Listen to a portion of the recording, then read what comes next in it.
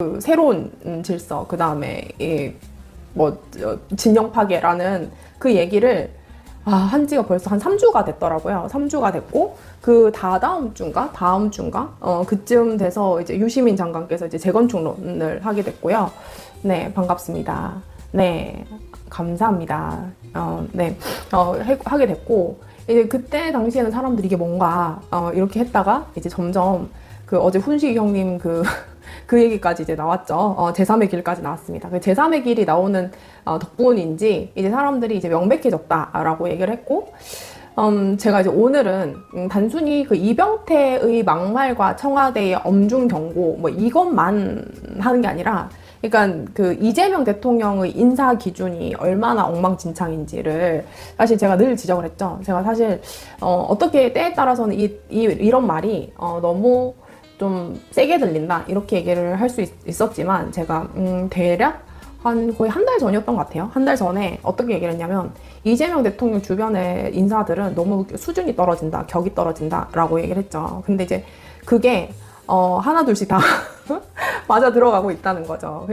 그러니까요, 그게 뭐가 유능이냐고요. 네, 제3의 길 안철수가 이제 나왔다라고 하는데, 그러니까 이게 제가 어저께도 얘기를 했지만, 제3의 길 좋아요. 제3의 길 좋습니다. 가보지 않은 길을 가보고 싶다. 뭐 그런 로망이 있다라는 것들은 뭐 전혀 내가 뭐 그거 자체를 비난을 하진 않겠어요. 근데 이 사람들이, 그러니까 김민석 총리가 어제 제가 얼마나 그 올해 뿌리 깊은 그건지를 제가 어제 보여드렸죠. 어제 방송을 간략하게 다시 이제 보여드리면은 얼마나 이렇게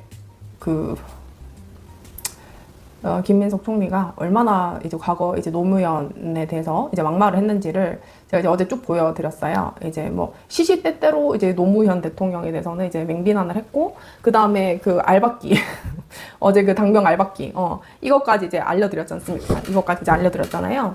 그래서 이제 이 김민석 총리도 이 사태를 보면 얼마나 쪽이 팔리겠습니까? 그쵸? 그래서 제가 이제 그 퍼즐을 맞추기 시작했어요. 퍼즐 맞추기 시작했는데, 아니, 직관적으로 생각했던 그 퍼즐이 하나씩 이제 맞아 들어간다라는 걸 했고, 그 다음에 제가, 그 김민석 총리의 발언에서 어떤 클루, 어떤 그 단서를 찾았냐면, 이재명 대통령의 최근 발언과 자기의 인식과 동일하다라는 얘기를 했어요. 그리고 이제, 그러니까 그 즉시 어떤 의미냐면, 지금 청와대와 뭐 이렇게 뭐 정부 내각, 정부 이제 뭐 어떤 국무위원들이나 이 지금 우리 몰래 하고 있는 얘기가 이런 얘기라는 거예요.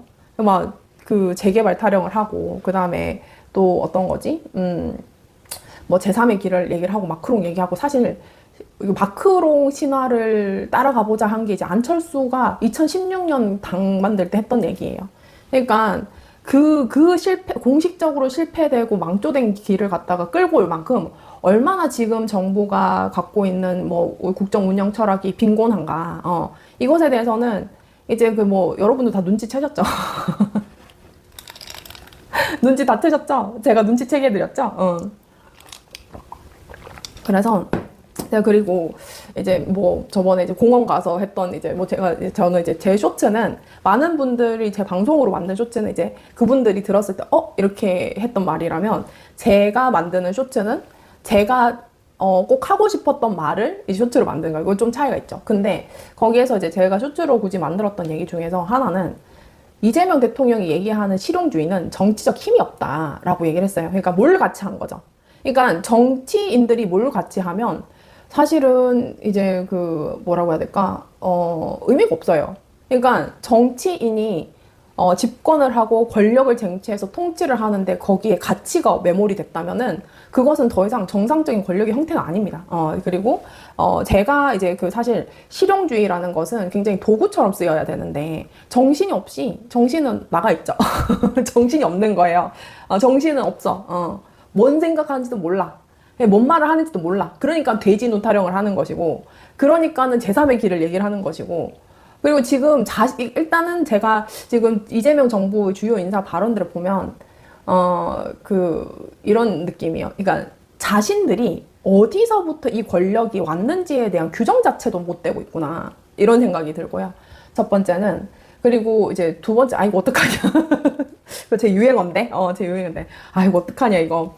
근데 지금 이재명 정부의 가장 큰 이 빈곤이 여러 가지가 있어요. 그러니까 이재명 정부의 빈곤이 여러 계층으로 이제 나타난 게 뭐냐면은, 이제 철학의 빈곤이 있고요. 그러니까 이게, 철학이 없으면은 인사 기준 저런 게 없죠. 그리고 사실 철학이라는 게 되게, 뭐 철학이 밥 먹여주냐, 뭐 이러지만, 정치적인 힘을 굉장히 강하게 하고 단단하게 하는 가장 중요한 게 철학이죠. 뭐 국정 운영 철학. 철학이 없다면 정치인이 아니에요, 여러분. 그냥 막대먹은 놈입니다. 그냥 권력 따라서 거기 이제 이리 붙고 저리 붙고 하는 소위 유시민 장관이 이제 규정했던 비들, 그 그룹들이 뭐 대충 비슷하다, 유사하다라고 할 수 있는데, 어쨌든 지금 이재명 정부의 1년 동안은 빈곤한 게 여러 계층이 있는데, 첫 번째는 철학이 없다. 철학이 없다. 그리고 두 번째는 기준이 없어요. 기준이 빈곤해. 기준이 빈곤하다. 그리고 주변에 인물이 빈곤하다. 이렇게 세 가지가 지금 이재명 정부의 가장 큰 특징이 아닌가라는 생각을 하는 것이고, 이게 왜 그러냐면, 여러분, 정당이라는 것은 그 정치적 철학의 결사체입니다. 그러니까 만약에 그 정당의 어떤 가치 철학에 동의하지 않으면 그 정당에 이제 같은 정당인이 아닌 거예요. 그렇기 때문에 사실 정당 안에서는 그러니까 정신적인 그리고 가치적인 이 연대나 동의가 굉장히 중요한 거죠. 그래서 일단은 이재명 정부가 지금 철학이 빈곤하고, 그 다음에 어떤 뭐 인사 기준 하기에는 뭐 그러니까 어떤 기준도 다 빈곤해요 지금. 왜냐면 자신이 없어요. 그러니까 개혁도 사실 자신이 없어. 그래서 제가 보면은 사실 제가 두 가지가 있는 게, 지금 검찰개혁이라서 어떤 사람들은 검찰의 권력을 뺏는 것에 매몰된 것처럼 이제 막 보도를 하지 않습니까, 언론들이. 근데 저는 사실 이게 왜 그냥 검찰 권력 박탈이 아니라 검찰 개혁이 되는 거냐면, 이제 공수처라는 것도 이제 새롭게 기관을 만들고, 고위공직자의 범죄를 어떻게 다룰 것이다. 그래서 이것이 이제 안정화되고 이제 장기적으로 이렇게 돼서 어떤 우리가 그리는 어떤 뭐 사회 정의상이 있잖아요. 고위공직자가 대충 빠져나가지 못하고 고위공직자를 전문적으로 수사하는 기관을 둠으로써 뭔가 이렇게 더 이제 나라가 좀 더 이제 부패하지 않는 것을 이제 바라는 거죠. 그리고 검찰 개혁이라는 것은 단순히 지금은 보안 수사권을 뺏는다. 그러니까 그들이 마치 수사권을 갖고 있고 그 권력을 우리가 뺏는다. 이 수준에서 지금 논의하는 것 같지만 사실 그게 아니에요. 그게 아니라 지금 사실 제가 매번 이제 얘기를 했던 것은 어떤 거냐면, 이게 그러니까 다른 나라들은 우리나라처럼 이렇게 뭐 수사 기소 독점을 하고 뭐 수사권이 조금 뭐 나눠 가졌지만 뭐 기소 독점주의부터 시작해서 이 우리나라 검찰 제도를 유사한 나라가 거의 없단 말이죠. 그러면 우리나라도 이제 드디어 사법체계의 한 절차 안에서 형사사법체계를 굉장히 개혁적으로 한 번 더 진전시키는 그 기로에 있는 거예요. 그러니까 제가 봤을 때는 그러면 공판이 대충 대충 수사해가지고 경찰이 쓰는 보고서 아니면 자기가 이제 해코지하고 싶은 그런 수준, 뭐 그게 아니라 증거와 어떤 뭐 사실관계 이런 것들을 잘 정리해서 기소를 굉장히 수준 높게 해서 공판 자체를 굉장히 공판 중심주의로 굉장히 잘 유지해가지고 유죄나 무죄를 이끌어낼 수 있는 것, 이게 굉장히 선진 절차를 가는 거예요 사실. 근데 여기에서 뭐 경찰과 수사권 독립을 시키면서 중수청을 설치하고 이런 부분들이 드디어 우리는 한 단계 업그레이드 돼서 어떤 절차를 갖게 될 거냐, 이게 얼만큼 더 선진적인 절차가 될 거냐, 얼만큼 더 이제 개선시키는 개혁안이 될 거냐, 개혁 과제를 수행할 수 있는 이런 게 될 거냐, 이 얘기를 아무도 안 해요.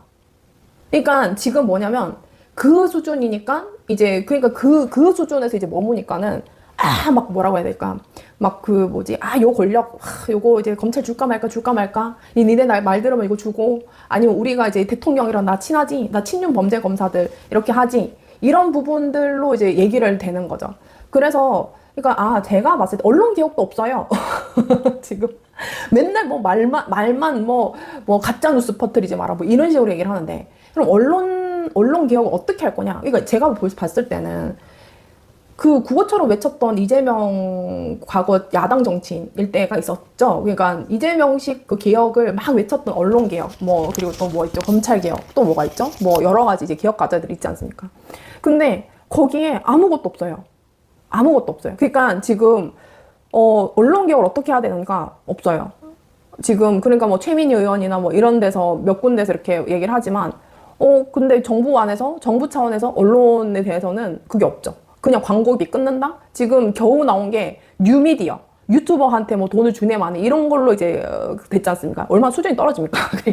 그러니까 레거시 언론들을 어떻게 뭐 제어한다는 표현은 그렇죠. 왜냐면 언론의 자유가 가장 이제 상위적으로 이제 보장이 되는 거니까. 근데 이게 그럼 언론인들 어떻게 규정하고 남발하는 언론인들 어떻게 규제하면 가짜뉴스나 허위 정보는 이런 것들을 언론의 자유에 포섭을 시킬 것인가 안 시킬 것인가? 그러면 이거는 정부 차원에서는 어떤 개혁을 주체를 할 것인가? 아무 논의가 없어요. 지금 그냥 그러니까는 지금 사람들이 많이 이제 이번에 뭐 유이재명 타령하는 그 과정에서 많은 사람들이 지금 이제 화가 나고 되게 기분이 나빴던 게 마치 뭐 정부가 집행하는 뭐 몇백억의 뭐 광고비가 있다던데 유튜브 광고비가 있다던데 이거를 갖다가 이제 받기 위해서 지금 줄 서는 유튜버들 그러니까 유튜버이지만 언론이라고 이제 주장하는 뭐 그런 사람들이 이제 거기 가가지고 막 빨아댄다. 너무 꼴보기 싫다. 이것도 있었잖아요. 그러니까 이게 지금 이재명 정부가 지금 하고 있는 것은 권력을 그러니까 민주당은 계속 개혁을 주장해왔어요. 기득권을 주장을 해왔어요. 왜 그러니까 집권 야당이 될 수밖에 없죠. 왜냐면은 민주당은 태생적으로 기득권을 반해서 기득권을 어떻게 이제 분해시키고 권력을 축소시키거나 분산시켜서 이걸 안정화시키느냐가 사실은 이제 그 민주당의 역사랑 계획을 같이 하기 때문에 당연히 지금 집권을 하더라도 수많은 그 기득권이 존재하는 한 거기에 대해서 계속 이제 그 뭐라고 해야 될까 어떤 그거를 이제 반대해서 이제 할 수 있는 그 대립하는 과정일 수밖에 없는 거죠. 그러니까 집권을 해서 개혁을 하라는 게 이제는 그 권력을 줬으니 기득권 분해나 이런 제도적 안정 더 잘하라라는 의미인데 이게 기득권 줬으니 제발 언론 조중동 제발 아니면 또 검찰 뭐 이런 거 하지 말라는 거잖아요. 하지 말라는 거잖아요. 뭐야?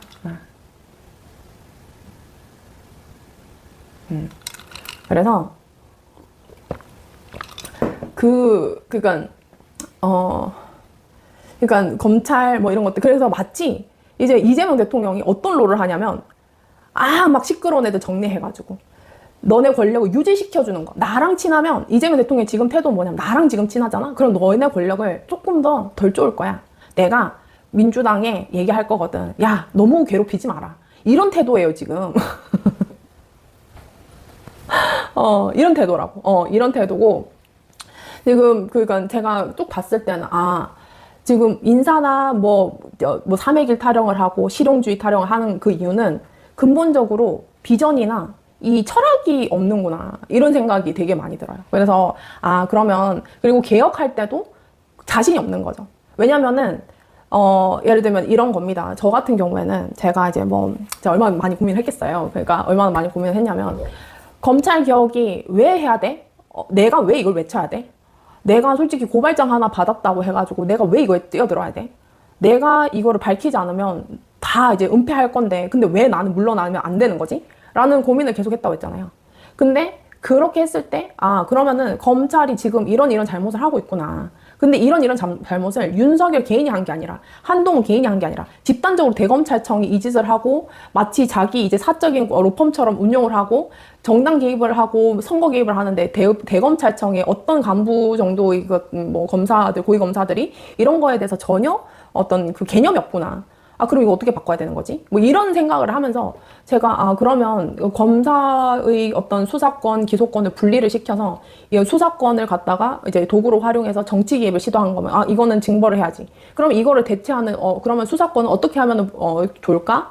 이게 그러면 어떻게 선진적인 제도가 될까? 그러면 이게 훨씬 더 나아지려나? 지금 경찰은 전 세계의 뭐 FBI도 와서 이제 배우고 가는 수사 능력이 기술이 충분히 갖춰져 있네. 그럼 이건 제도적으로 어떻게 해야 되지? 이런 고민을 하는 거죠. 그런 고민을 해야지? 그러면 제가 너 그럼 검찰개혁 뭐 부작용 나면 어떡할 거야? 라고 하지만 저는 자신 있어요. 왜 되게 오래 고민했고 많은 부분들도 관찰했고 당하기도 해봤고 그렇기 때문에. 근데 그렇기 때문에 지금 이게 부작용 타령을 할 문제가 아니라는 거죠. 왜? 부작용 거기서 일어나지 않거든요. 그리고 지금 검찰 수사권, 보안 수사 요구권이 어디에 위치하는지가 중요한 게 아니에요. 그렇기 때문에 이 논의 자체를 이렇게 계속 그 검찰 안에 검찰 편들어주면서 하는 이 자체가 이재명 대통령은 한 번도 검찰 개혁의 본질적인 문제에 대해서 고민을 해본 적이 없는 거예요. 고민해본 적이 없어요. 왠 줄 아십니까? 자기 이익만 걸려있는 문제만 얘기를 한 거거든요. 그러니까 이재명 대통령이 저는 사실 제가 거기 피고발인의 유시민, 뭐 최강욱, 뭐 장인수 이렇게 장인수의 언론인들, 그 다음에 뭐 이렇게 뭐 그 거기 있는 고발장 안에 제가 피고발인도 아니고, 그럼 제가 지금 검찰 근처 측근도 아니고, 제 민주당도 아니고, 사실 저는 별로 이익 관계가 없어요. 거기 그 사건 안에서는. 근데 저는 내가 왜 이걸 해야 되지? 내가 왜 이거를 계속해서 내가 이렇게 피해를 입어야 되나? 내가 왜 이렇게 막 윤석열 지지자들한테는 제가 얼마나 시달렸겠습니까?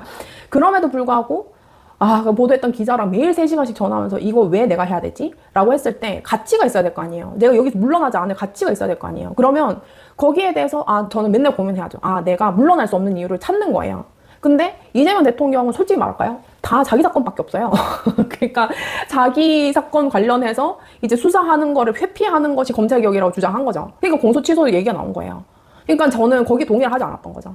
그러니까 저는 제 이익이, 제가 지금 솔직히 막 이상한 기소 당해가지고 이렇게 그 검사가 저도 막 증거인멸하고 배째라고 하고 일본 도망가 있고 이런 상황이 있어요. 그렇지만 저는 그거를 한 번도 이 검찰개혁이나 이런 문제로 결부해가지고 제 피해를 구제해달라 안 했어요. 저는 법정에서 안 먹히겠지만 내가 최선을 다해서 무죄 주장을 하고 그 입증을 하겠다고 그냥 그렇게 얘기를 하고 넘어갔죠. 근데 이재명 대통령은 오직 사실 검찰 그 대선 후보 전에는 검찰개혁 왜 해야 되냐고. 조국 사태 때도 거의 검찰개혁 왜 해야 되느냐는 입장이었거든요. 근데 자기를 이제 향해 오니까 이제 가장 큰 피해자인 것처럼 얘기를 하더라고요. 저는 사실 개혁을 얘기할 때 피해자성을 강조하면 안 되거든요. 저는 그래서 제가 그렇게 얘기했죠. 부장검사나 이런 사람들 저한테 막 정치 타령하고 이렇게 했을 때는 제가 그랬어요. 나는 이 사건 밝힐 거다. 내가 이 사건을 밝히기 위해서 내가 권력이 필요하면 나 그러면 권력을 쥘 거다. 이랬어요. 그러니까 그리고 내가 포기하지 않으면 이거 언젠간 밝혀질 거야. 너네 맘대로 안 돼. 제가 이렇게 얘기를 했다고요. 그러니까 그것도 녹음돼 있어요. 심지어 우리 이동 검사랑.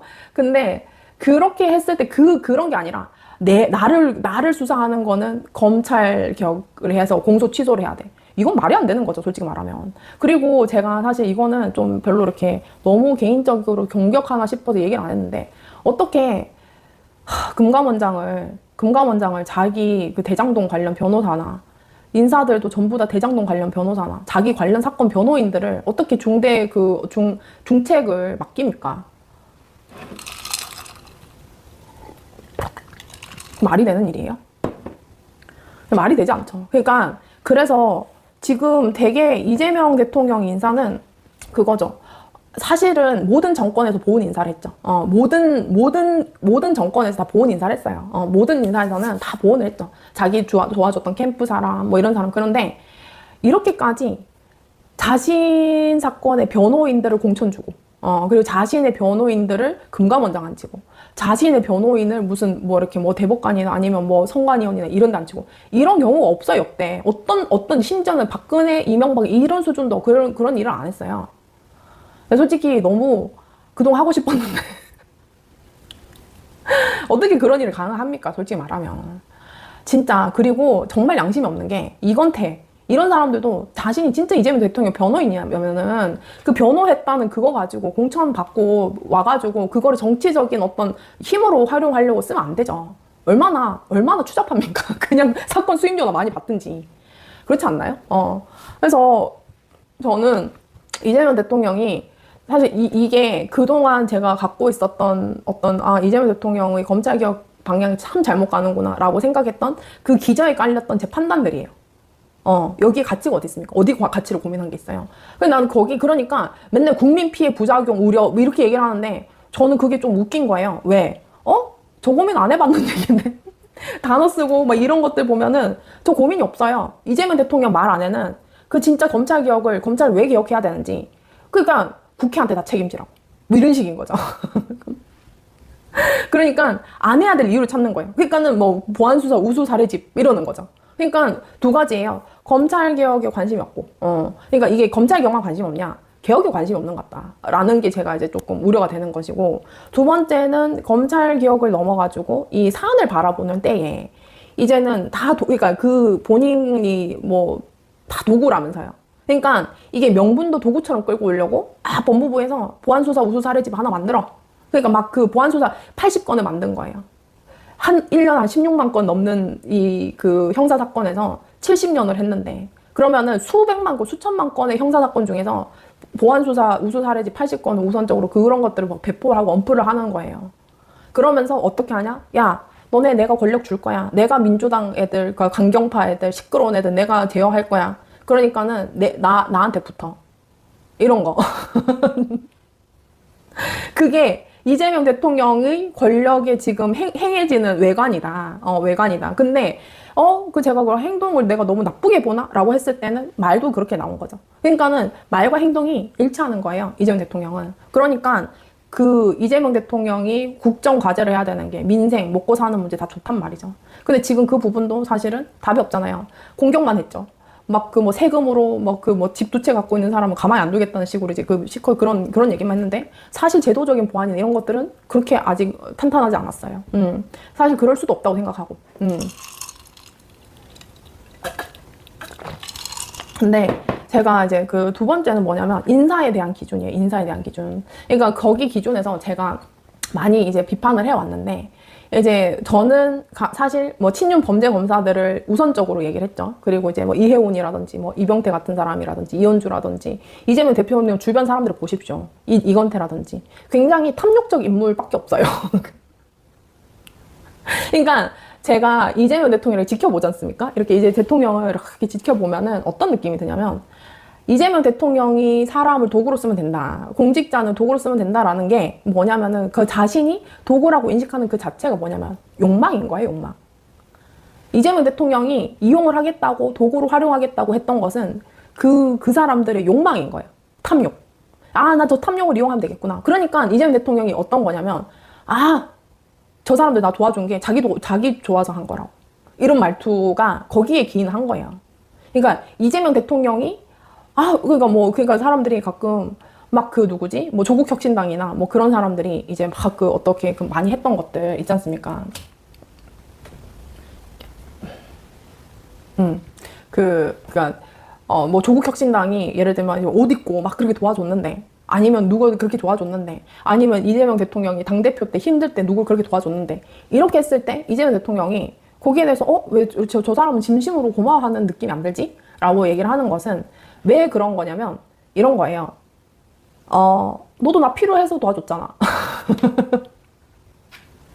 그러니까 저번에도 약간 쌍방가실로 맞물리는 거지. 너 이익이 있어서 나 도와준 거잖아. 이런 거.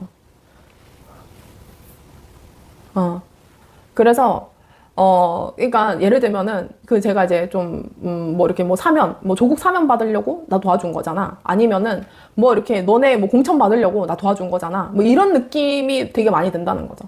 내가 고위공직에 앉혔으니까 너 나 따라. 그러니까 내 위신 깎이게 하지 마. 뭐 약간 이런 거. 그래서 제가 저 참 그 주변에 이재명 대통령 주변에 굉장히 담론적인 것, 가치적인 것, 어떤 이 방향성을 제시하거나 이게 왜 되는지 안 되는지 판단하는 것. 민심이라고 하잖아요. 그 민심이라는 것은 되게, 그러니까 되게 그 민심은 막 이렇게 그냥 있는 거예요. 그러니까 그게 민심의 향방 어떻다 저떻다 하는 그런 것들은 내가 어떻게 분석하느냐가 되게 중요한 거죠. 그러니까 민심은 사람들이 그냥 매일매일 나 오늘 화났다. 나 오늘 기분 좋았어. 나 오늘 뭐 이제 뭐 잘 돼가지고 뭘 했어. 나 오늘 직장에서 잘렸어. 이런 많은 현상들. 그러니까 이 뭐 4,400만 명 이상의 현상들이 그냥 산재돼 있는 거죠. 이게 민심이에요. 민심의 향방이 어떻게 되느냐라는 것들은 자기가 기준을 세워서 봐야 되는 거예요. 내가 저 민심을 어떻게 파악할까? 그러면 우리나라 국민들이 어떤 민심을 가지고 갈까 했을 때, 그렇게 그 민심을 어떻게 판단하는지도 내가 가치관이 뚜렷해야 되고, 사회적인 어떤 철학이나 어떤 그 역사관이나, 뭐 그 권력관인 거죠. 그런 부분들이 명확하게 서야지 그 민심이 정확하게 읽히는 거예요. 지금 그 국민들이 사실 검찰과 그렇게 관심이 없을 텐데, 관여가 없을 텐데, 왜 국민들은 저렇게 검찰 개혁에 생각보다 많은 사람들이 저렇게 우선적으로 생각할까라는 이런 그 민심이 그냥 읽힐 때는 그냥 정청래 따라다니는 인간들 그냥 먹고 사는 문제 별 관심 없는 굉장히 현학적이고 굉장히 밥 벌어지도 못하는 사람들 이 수준으로 이제 보는 눈을 갖고 있으면 그따위 소리가 나오는 겁니다. 그러니까 이게 뭐냐면은 그런 부분에서 굉장히 이재명 대통령이 그런 부분에서 부족할 수 있죠. 부족할 수 있으면 그것을 굉장히 능동적이게 하거나 그것을 정말 충원처럼 해줄 수 있는 사람들을 이재명 대통령이 뽑고 가까이 두고 그 사람들을 통해서 계속 이제 얘기를 하고 이렇게 해야 되는데, 김민석 총리도 지금 이제 나왔을 때 보니까 열심히 했다. 열심히 했겠죠. 왜냐면은 그 사람은 욕망이 있으니까. 다음 대권 주자라든지 당대표라든지 어쨌든 그 욕망을 내가 이용을 해서 열심히 잘 해 먹었어. 열심히 잘 이용했지. 그래서 막 그 뭐지 뭐 서로 잘했다 근데 못했다 얘기 안 하잖아요. 근데 그 사람이 얘기하는 그 가치관이 이런 것들은 탐욕이 기반에 있다고요. 어제 봤잖아요.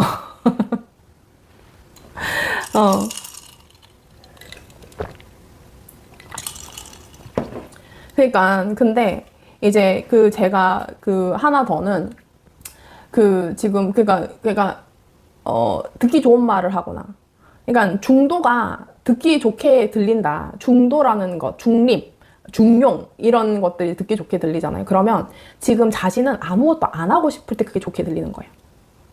무슨 의미인지 아십니까? 그러니까 이게 왜냐면은 어떤 가치 기준을 해서 어떤 것을 해내야 돼. 어떤 것을 해내야 될 때는 그럼 싸워야 돼요. 어쨌든 반대를 밀어붙여야 되고 반대를 설득을 해야 되고. 그러니까 이게 굉장히 버거운 과정이죠. 특히나 가만히 있으면은 아무것도 안 하면 내 권력만 누릴 수 있는데, 내가 이거 기어이 언론개혁 해내야 돼. 막 팔 걷어붙이고, 야, 다 모여. 이래가지고 막 이렇게 해서 그걸 막 해내야 되는 거죠. 그러면은 그거는 가치 중립적인 건 아닌 거예요. 가치적이어야 되는 거죠. 내가 이거를, 국가의 통치권 하에서, 내 권한 하에서 내가 그 개혁을 해내겠다. 나 저걸 해내야지. 라고 생각을 할 때는, 그러면 그것을 갖다가 이제 계속 막 디베이트를 하든지 아니면은 그 설득을 하든지 이렇게 해야 되는 거죠. 근데 지금 이재명 대통령이 하는 거는 수기해라.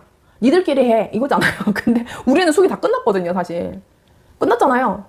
그러니까 수기해라가 아니라, 나는 그래서 제가 저번에도 얘기했듯이 이재명 대통령이 그러면 검찰이 필요한 이유를 직접 설득을 하든지, 그럼 들을 준비가 돼 있다고 했잖아요. 이재명 대통령이 우리가 뽑아줬어. 근데 지금 검찰이 사라지는 것 혹은 수사사건이 사라지는 것에 대해서는 굉장히 지금 뭐 이렇게 어떤 본인이 이렇게 집권을 해보니까 그게 정말 진실되게 국민을 위해서 필요한 어떤 지점이 있어. 그러면 이거를 갖다가 어떤 식으로 이제 그 설득을 하든지, 직접 대통령이 나서가지고 안 했잖아요. 정성호 앞장세워, 총리실 앞장세워 이런 식으로 했던 거죠. 그러니까 그리고 이제 또 하나 더는 이 대통령이 그 얘기를 하기엔 신뢰를 많이 잃은 거예요. 왜? 공소 취소 모임. 그러니까 자기의 개인적 이익이 먼저 앞선 거예요. 그래서 제가 그때도 얘기했죠. 제가 작년 공치모 만들기 한참 전부터 제가 뭐라고 얘기했냐면, 이재명 대통령 사건은 차기 대통령에서 사면을 시켜주든지 정리를 해주는 게 맞다. 이재명 대통령은 적어도 자신이 권력 유지될 때는 자신의 어떤 사건도 사실 손대지 않아야 된다. 그게 올바른 권력 방향이고 문제가 안 생길 거다라는 거예요. 이재명 대통령이 진짜 잘하죠? 진짜 잘하면은 이재명 대통령 퇴임하고 나가지고 그 사건들이 뭐가 문제가 될까요? 문제가 안 생기죠. 근데 지금 자신이 권력 갖고 있는 거, 나는 그 법사위에 작년 1년 동안 거의 한 80%는 이재명 대통령 사건 말고는 안 했어요. 그러니까 이미 이재명 대통령 개인의 이익이 검찰 개혁에 엄청 결부돼 있단 말이에요. 그래서 사람들이 이재명 대통령이 검찰 개혁에 대해서 우리가 원하는 얘기를 안 하면은 그 신뢰를 하잖아요. 일단은 너 뭐 하려고 그러지? 너 지금 당신이 원하는 당신 이익을 때문에 그런 소리 하지. 왜 우리의 얘기랑 달라? 당신 얘기하는 거 설득력이 별로 없는데? 이게 이재명 대통령이 자신의 이익과 굉장히 이미 결부가 돼 있다고 대중들이 이미 판단하고 있기 때문에 그 설득이 안 되는 거예요. 이 범진보 진영도. 그러니까 이런 것들이 되게 이제 이재명 대통령이 개혁하던 의지에 대해서 질문을 할 때 이제 대통령이 더 이상 변명할 공간이 점점 줄어드는 거죠. 그리고 이제 두 번째는 이재명 대통령이 지금 이재명 대통령이 어떤 개혁이 있습니까? 없어요. 지금 뭐 갑자기 메가 프로젝트 좋아. 저 메가 프로젝트 어제도 얘기했지만 좋다고 얘기했잖아요. AI 시대 선도해가지고 우리나라가 그 아예 정말 선진국 중에서도 탑 클래스, 막 거의 G5 안에 들어가자라는 그 정도 비전을 설정하고 다음 이 시대를 어떻게 다음 30년 어떻게 준비할까를 지금 가장 앞선 기술로 준비하는 건 굉장히 중요하다라고 얘기했잖아요. 근데 지금 이거는 기업들과 국가 과제 설정하는 것이고 개혁은 아니죠. 개혁은 아니죠. 개혁은 아니다. 그러면 이재명 대통령이 얘기를 했던 레거시들, 이제 기득권 개혁이 지금 남아있잖아요. 남아있지 않다. 뭐 언론에 대해서, 뭐 검찰에 대해서, 뭐 재벌에 대해서, 뭐 어떤 그런 것들 전혀 없었어요. 아무것도 없다. 그래서 공소 취소 못해. 그러니까 그것도 안 되는 일을 하는 거예요. 그러니까 근데 그게 제일 나쁜 게 공소 취소 모임 의원들이 되게 나쁘거나 되게 멍청한 거예요. 이재명 대통령의, 제가 그때도 말씀했어요. 그 방송 보시면은 이재명 대통령을 마치 진짜 범죄자처럼 만들고 있다, 저 사람들은. 그리고 이재명 대통령을 진짜 아무것도 못하게 저 사람들 만들고 있다. 진짜 이재명 대통령이 정말 모든 정치적 부담을 공치모 저 의원들이 진짜 똥멍청이들이 저 짓을 하고 있다. 제가 그렇게 얘기를 했거든요. 그러니까 결국은 여러분 이게 나중에 정말 그 뭐지 정권 바뀌었을 때 전부 다 직권 남용에 해당을 해서 진짜 범죄가 될 수 있는 짓을 지금 하고 있는 거예요. 의원들이 그런 증거 하지 말라고 했잖아요. 그 권력이 얼마나 무서운지 모르는 것 같아요 지금.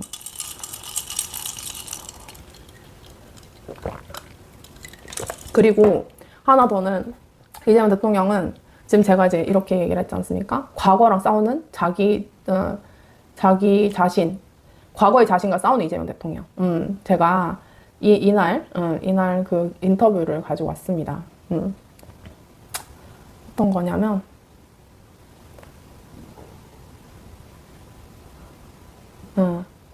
한강 보유국의, 물론 이재명 미친 것 아니냐. 한강 작가입니다. 역사 왜곡 망원 공직자들 일일이 거론하면서 윤석열은 즉각 파면하고 공식 사과하라. 일제강점기 선고 국정 일본인 김문수, 5.18 북한 개입설 또 꺼낸 그 진실화해위원회 김광동 이러면서 역사 왜곡 망언을 일삼는 윤석열 정부의 공직자들을 일일이 이름 실명을 거론하면서 미친 것 아니냐라는 격한 발언을 쏟아냈다.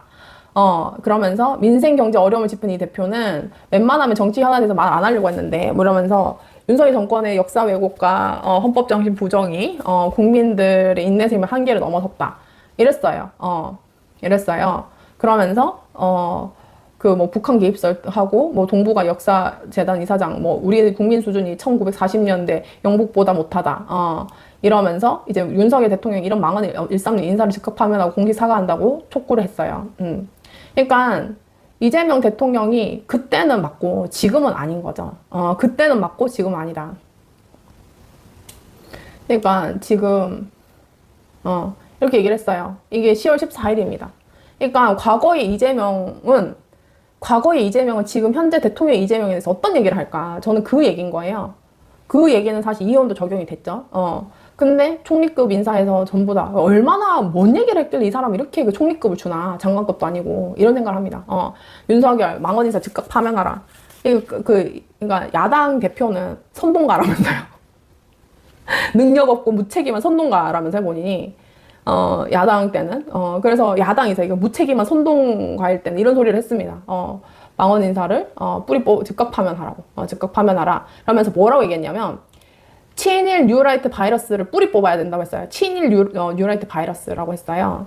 지금 거의 그 보균자들 아니 균집들 약간 보균자 내지는 균집 아니면은 그거를 갖다가 다 이제 그 모아서 지금 내각에 심고 있지 않습니까?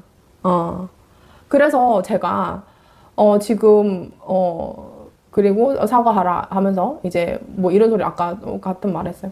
그러니까 지금 이렇게 얘기를 했고, 사실 그 이병태, 제가 왜 탐욕자들이라고 얘기를 했냐면, 이병태가 과거에 이제 그 여러 이제 그 뭐 망언들을 했을 때 이제 절대 안 된다라고 하니까, 이병태 교수가 이제 그 당시에 이해와 용서를 구한다면서 공동체 위해서 헌신한다면서 그 사과문 올렸어요. 사과문 올렸어요. 사과문을. 그러니까 안 바뀌었죠.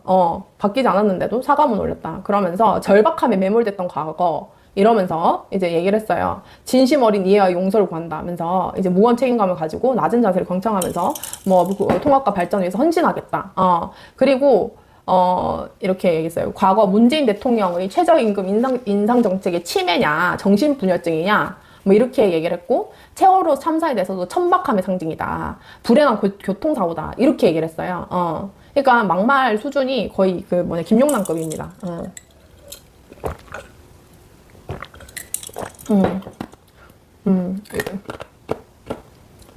이런 소리를 했어요. 기가 막히죠?